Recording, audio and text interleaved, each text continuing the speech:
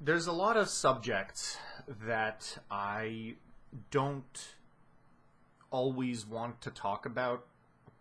The sort of hot topic subjects that I tend to avoid on this channel, usually because I don't want to seem like I'm cashing in on the hype.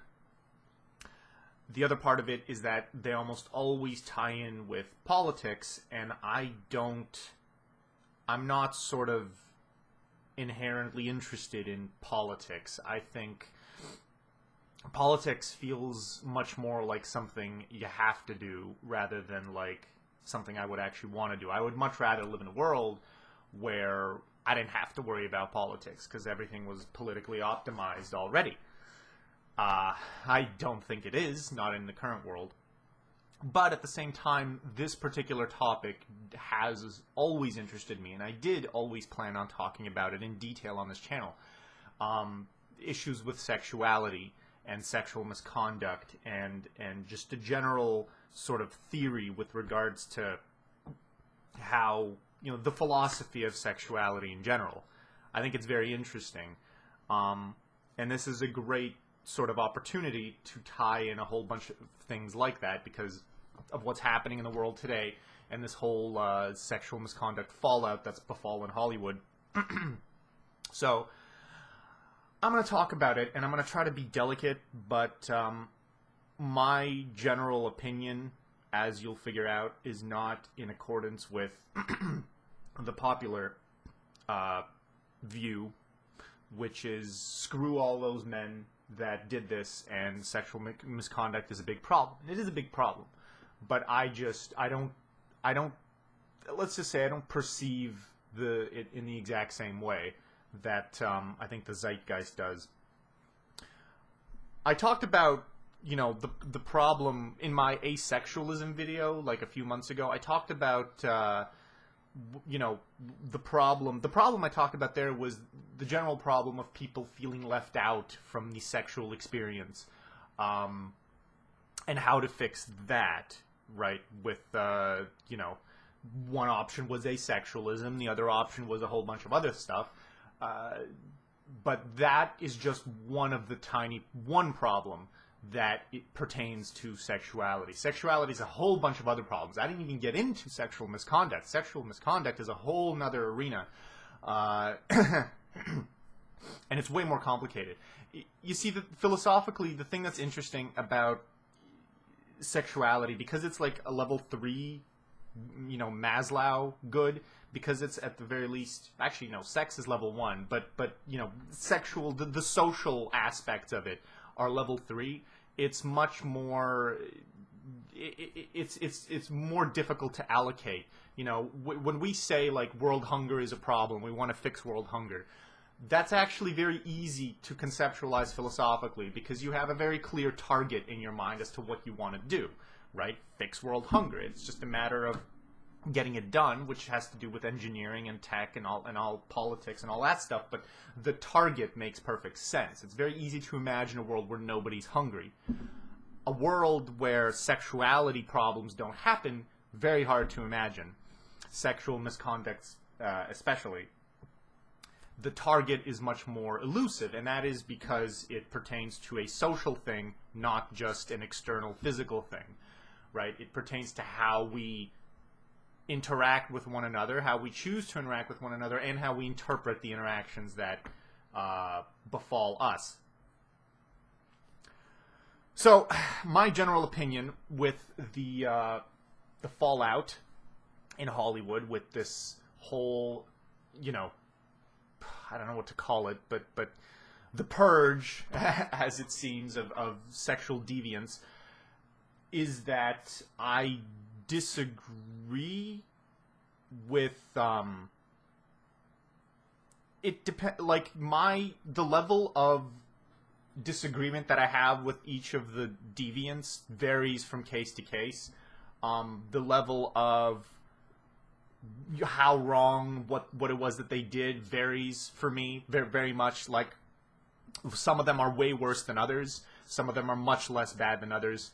I will say right now, I think the Louis C.K. situation is basically There's almost no problem there. The man apologized. He said, genuinely apologized. And I feel like in that apology, it was clear that he understood what it was that was the problem. So, as far as I'm concerned, going forward, there's no problem with him anymore. Compared to perhaps the others, the Matt Lauer situation is not the same, for example, because Matt Lauer chose to reprimand the woman that he decided to hit on in his workplace. He reprimanded her after she didn't agree with him. That is much worse because it violates a certain... It depends whether or not he was serious. It depends whether or not Matt Lauer was joking, whether he actually meant to follow through. Maybe he threatened her. I don't know. Again, I don't know the details. And frankly, I don't research any of this shit because it's too boring and not... But I have seen... I've seen enough footage of people talking about it to have a general picture of what happened. And what I'm saying is, depending on what he meant, that matters. But in general, he should not have reprimanded her. That I take the reprimanding more seriously than what he actually did, is what I'm trying to say. So, there's that. Point being, the general stroke is that the level of badness is different in different cases. However, what isn't different in different cases is the reaction. And my reaction towards the reaction is that the reaction is way too harsh. What I think that people are taking this generally puritanical reaction to this and taking it to the point where these people are condemnable beyond redemption and deserve to fucking throw them into the ninth circle of hell and let them rot kind of thing. That I disagree with. I don't think that's how it should work. I don't think that reaction makes sense. I think it's way too overblown. The witch hunt, so to speak, that sort of happens. I think there's even a political angle to that. The witch hunt itself. It doesn't. Part of it doesn't even feel genuine. Like, I don't believe that people are that upset by some of these allegations. Some people, some vocal minority certainly is, but I don't think everybody... Like, again, Louis C.K. I'm gonna keep bringing him up if I have to, because I just... There is no reason to be upset with that man to the extent that you should be upset with someone like Kevin Spacey. There just isn't. And it's not like any of this stuff is, that bad overall. So, I'm generally going to criticize the witch hunt here. I don't think that the traditional sort of liberal reaction where you see this as a top-down problem. It's like, okay, people are doing sexual misconduct. Well, we need better sexual misconduct laws. And the problem is that these are people in power and they're violating those laws and blah, blah, blah, blah, blah. No. That's not the solution. And it's also not the problem. The problem is twofold. Number one is what people choose to do, and number two is how that is being perceived. It's only, like, there's two angles to sexual misconduct, basically. One is the choice that the other person makes, and the second is that how it's perceived by the victim, so to speak, how it's perceived by those women. Because it is permissible that somebody could do something like Louis C.K., like Matt Lauer, without intending any kind of real damage, but it comes off like a threat, and so it's perceived as a threat, and so it's perceived as misconduct. That is permissible. It's also permissible that it's perceived that it's also possible that it is a threat and it's not perceived as a threat. And it's possible that it actually was a threat and it was being perceived as a threat. So there's three variants there. And obviously, I think, given that these were non-consensual circumstances, there's at least three variants. Now, chances are it's actually, no, there's two variants. There's the one where it wasn't an actual threat, but it was perceived as one. And there's the one where it was an actual threat and it was perceived as one. How many of them fall into the former category? Like, again, Louis C.K. And even the Harvey Weinstein situation to an extent might fall into that category as well. You see, the problem with when we're getting to the third level of Maslow is that now we're talking about a social good, and a social good, the rightness and wrongness of an act depends very much on how it's perceived. It depends very much on how it's interpreted. It depends very much on how the information that's being cast is interpreted by the subject that it's being cast upon. Okay? It is very easy to get into a scenario, a sexual scenario, where things are not interpreted. How do I phrase this? Any interaction that pertains to sexuality is very sensitive to interpretation. That's how I want to phrase this. Any scenario like that is sensitive to the point where it could very easily be awful and much worse than it actually is. And I think first and foremost is we need to understand that. We need to understand that the subject itself, the process of sexuality itself, has this inherent sort of instability to the point where you can't really expect it to be stabilized from a top-down arm of the government's sexual misconduct law. It's not going to happen. The real solution is being aware of the instability and everybody being aware enough of the instability and making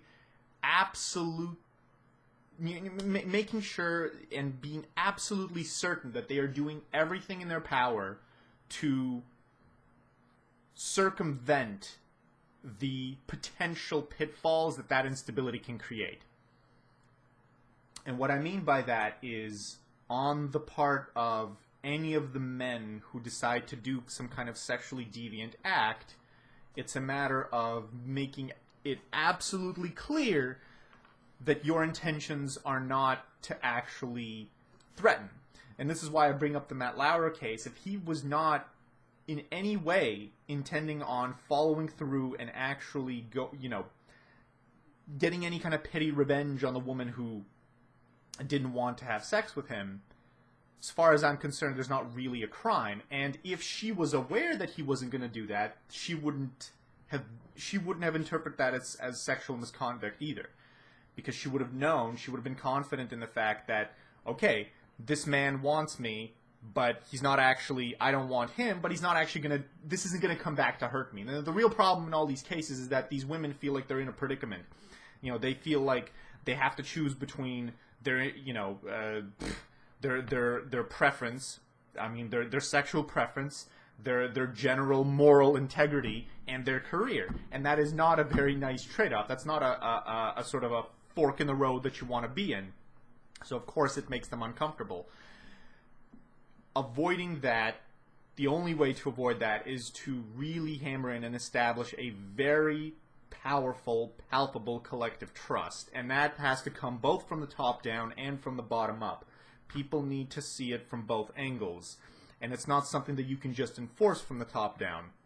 It's something that our own sort of cultural nature, we need to accept that this is an inherently, this is an arena that cannot be completely constricted and controlled from the top, and we need to obey our own inner principle of making sure that we don't do damage. This applies to the people in power, but it also applies to the people interpreting any kind of sexual forwardness towards them as, like, is the person who's doing that actually trying to threaten you? Because they might not be. It's actually interesting. The people who are most successful in the sexual arena, the so-called alpha males, they're successful because they have this uncanny, insane ability of being very confident, making it very clear as to what they want, but never coming off as a threat to anyone. So, to any woman that might be interested, she doesn't feel threatened by these guys. She doesn't feel threatened, but she's aware of what they're interested in, and that's how they're able to get in.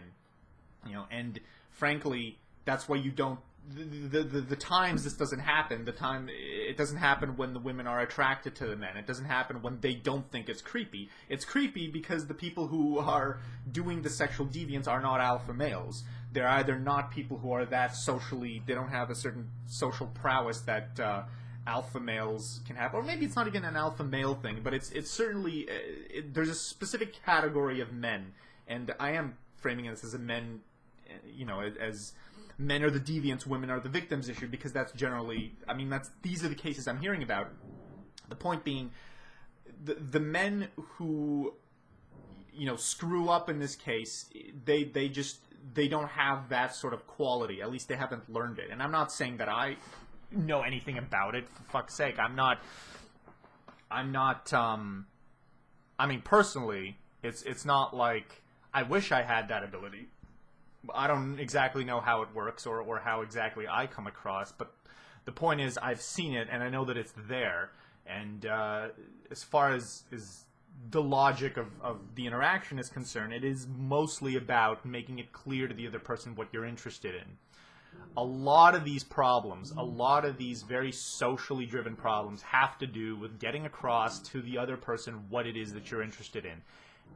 And the times that there's a misconduct happens when people aren't good at getting across what they're interested in. Now, again, not getting into the problem of the Harvey Weinsteins and the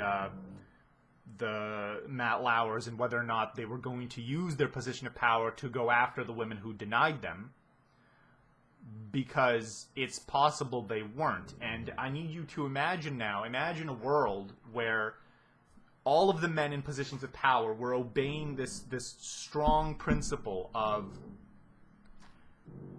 you're never going to use your position of power to go after someone for denying you something like that. Well, in a world like that, and if you could be confident that everybody was obeying such a principle, you'd have nothing to worry about. Even if a man did hit on you, or if your boss hit on you, you'd have nothing to worry about, even if you didn't want to do it. You'd never be in a predicament. Right? So the reason there even is a predicament is because of perception. It's because of what we think other people are capable and willing to do. Right? You don't think people might be capable of that, but if you're living in a world where you know that that's just not how people do things, you know that's not how we think, you know that we have evolved to the point where we obey certain principles because we know they're good for everybody, then you don't need to worry about sexual misconduct. It kind of reminds me of this like Star Trek thing where, Gene Roddenberry, when they cast Patrick Stewart, people asked Gene Roddenberry, why would there be bald people in the future? People are perfect in the future, right? And Gene Roddenberry said, in the future, nobody cares if you're bald. Baldness doesn't turn into any kind of real, any kind of substantial negative for the person. Certainly it has a certain difference, and there might be a certain negative to it, here and there, but there is no overarching palpable negative to it in the Star Trek world. This is the kind of, it's an equivalent thing. It's the exact same thing, actually. You want a system where it's not that these kinds of, strange sexual events don't happen, where, the bosses try to hit on their employees and fucking Louis C.K. masturbating in front of women.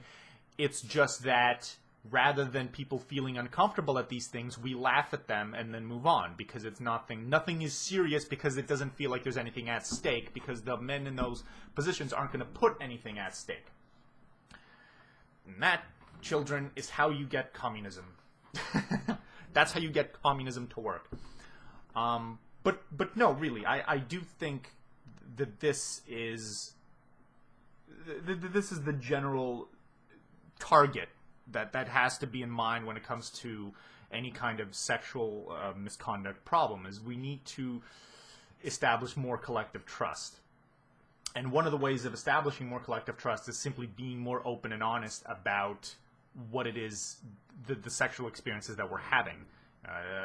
To a certain degree, people still want to keep that shit very, very private, and keeping it private could be this sort of element that's setting up this cultural wall that allows for the deviance to happen. Yeah, I mean, I'm not saying that there might not be any real deviance in this hypothetical world.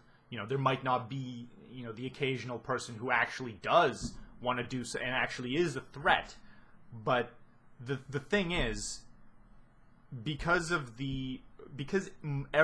most people are obeying the principle, it's very easy to figure out who the threat is and where the threat is coming from, right? Because it's kind of like a scenario where, imagine you have 5 people in a room, 4 of them are telling the truth, 1 of them is lying. It's very easy to figure out who the one who's lying is. It's just a riddle. A lot of you have probably played riddles like that at some point. In the video game Elder Scrolls Morrowind, you actually read one of the books and it has a riddle like that where you have to sort of figure out who the liar is. It's not hard to do, right? If 4 of them are lying and only 1 is telling the truth, now it's impossible to figure out who's lying and who's telling the truth. And if all of them are lying, then of course it's impossible. Because at that point you don't have enough information that's solid enough that you can start from and establish what the truth is. But when you have that, and when everybody understands, like, this is it's a very, like, fundamental game theoretic principle. Like, if everybody, it's like Prisoner's Dilemma. If everyone obeys the principle where they affirm the truth, then the truth wins. If you don't, then it doesn't win, and that's where you have these kinds of hidden, you know, sexual deviances that happen, right? I mean, and it's not like people were actually obeying the truth in this scenario. People were keeping a lot of this information hidden, either because they wanted to protect the people in power who did the crime, or because they didn't want to come forward because they were afraid of their careers being risked. And by the way, I am not in any way criticizing the people who have come forward. I understand completely why you wouldn't want to talk about that, and I am completely in favor of them exposing it. You should, you know, there's no problem with expressing yourself and exposing any information you have, unless that information is useless, but in this case it isn't. So, no problem on the victim's end whatsoever. And I'm not even entertaining the concept of, like, whether or not what they're saying is true or false. It could be false. I don't really care. I'm saying even if it's true, you still have you still have to keep in mind the issue that the only way to solve this at a collective level, systemic level, everywhere, is to build collective trust. And it's not just to hammer down and witch hunt and purify the men who refuse to play by the rules. It's the same thing with the damn Salem witch trials or whatever. You know, you don't get all of those deviant women that we thought were witches. We didn't get rid of them. We just interpreted it a different way, and then it stopped being a problem. It's the same exact thing here. All I'll say is forgiveness is a virtue, and this is the kind of, like, thing where you have to ask yourself, is what these people did in a scenario that's unforgivable? I don't think it is. It's very context dependent, but even the Harvey Weinstein situation, like, in a different context, in a different world, what he did would be laughed at and people would think it's hilarious, but they wouldn't think that it's a big problem. And the victim would not think that it's a problem, and hence the victim would not be a victim. And that's the kind of world that I want to live in, you know, where it's not... It's the kind of world where it's not a problem, not because we've banned the act, but it's because the act does not have any malign intent behind it, and nobody interprets the act to have a malign intent behind it. So we're more accepting of, you know, actions like, you know, Louis C.K. masturbating in front of women, because nobody thinks there's a problem, including the person. And there isn't a problem. Again, the only problem in that world would be if Louis C.K. did intend to do something bad to the woman who didn't want to fucking watch him masturbate. That's the only problem. And that is his responsibility, is to make sure that he doesn't do anything like that. And as well as to make it absolutely clear that he's being, that he's displaying what it is that he's actually interested in, which, you know, that he's making it clear that there's no threat. I don't know about, you know, a lot of these men. I haven't been in these kinds of situations to make things a bit more personal about me, but, you know, I'm usually, when I get the sense, big reveal here, I have engaged in the sort of, the sexual, like, social foreplay that people have. And I would say that when there's a point where it seems like the girl isn't interested, I don't keep pushing because I get freaked out. And there's a certain part of my mind that's like, well, you know, how much of this is a test? Should I keep pushing and try to fucking sort of win her over, or should I stop pushing? And I usually stop pushing. Part of it is because I'm very accommodating, and I'm more afraid of coming off wrong, so I don't do it. I'm sort of worried that I will come off as a deviant or as creepy or as misconduct for, you know, making it seem like I want it too much or like I'm being too imposing. So I just don't do it. You know, I don't push too hard, so to speak, when I get the sense that she's not interested, which is probably a fairly, you know, healthy practice. The other thing is I'm generally just I'm not good at the sexual foreplay. If it's any surprise to anyone watching this, forgive me. But even, like, I could sense that there's nothing about sexual foreplay that, like, the social foreplay that isn't uncomfortable. It's very awkward every single time, you know, and, you know, whether the answer is yes or no, you know, it only turns into comfort post factum. There's no way to make that process comfortable, you know, and there's no law that's going to make it comfortable. And hell, I've actually, I have actually hit on, I did hit on a woman at work at one point. Granted, she was not my supervisor or my subordinate. She was just a woman that worked, you know, like nearby. She was also 45. She was a lot older than I was, and I was just, what can I say? I wanted to hit that, but, you know, the point being is, like, there's no way that the solitary, like, interaction isn't uncomfortable. But I can assure you, and anybody watching, that I had no intention of making anything uncomfortable or using it in any sort of way to hurt the other person, to get any kind of petty revenge or use it as an angle for any kind of political advantage in the workplace. All of that shit is petty and worthless, and nobody should do that, and we should be like Star Trek people and, you know, have a sort of a higher standard of interpersonal sort of interaction. This actually brings me up. I do want to bring up some personal anecdotes here, just because, to demonstrate, like, how I think these principles should work. Once upon a time, I had a girlfriend, and I hate that fucking term. I had a lady friend.